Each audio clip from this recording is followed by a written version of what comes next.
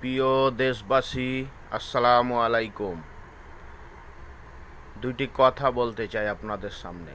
কথাটি হচ্ছে, শেখ হাসিনা পালার পর থেকে যেভাবে একটি দল বিএনপিকে নিয়ে কৌতুক করছে, বিএনপিকে নিয়ে মিথ্যা ভিডিও, বানাট ভিডিও করছে, বিএনপিকে নিয়ে অপপ্রচার চালাচ্ছে, বিএনপিকে নিয়ে কত রকম নানান কীর্তি করছে। আমি প্রায় 20 বছর এরকম দেখি নাই যে বিএনপিকে নিয়ে এত অবনাট কীর্তক বা বিএনপিকে নিয়ে এত বাজে মন্তব্য ভিডিও কেউ কোনো দিন করেনি। কিন্তু শেখ হাসিনা পালার পর থেকে যেভাবে বিএনপিকে নিয়ে অপপ্রচার চালাচ্ছে, তাতে মনে হচ্ছে কি যে এদেশে থাকাটাই কঠিন হয়ে যাবে।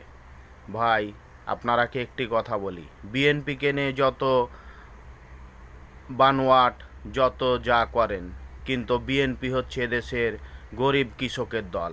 বিএনপি হচ্ছে এদেশের সাধারণত জনগণের দল। বিএনপিকে জনগণের কাছ থেকে কেড়ে নিতে পারবে না, কারণ বিএনপি হচ্ছে শহীদ রাষ্ট্রপতি জিয়াউর রহমানের দল।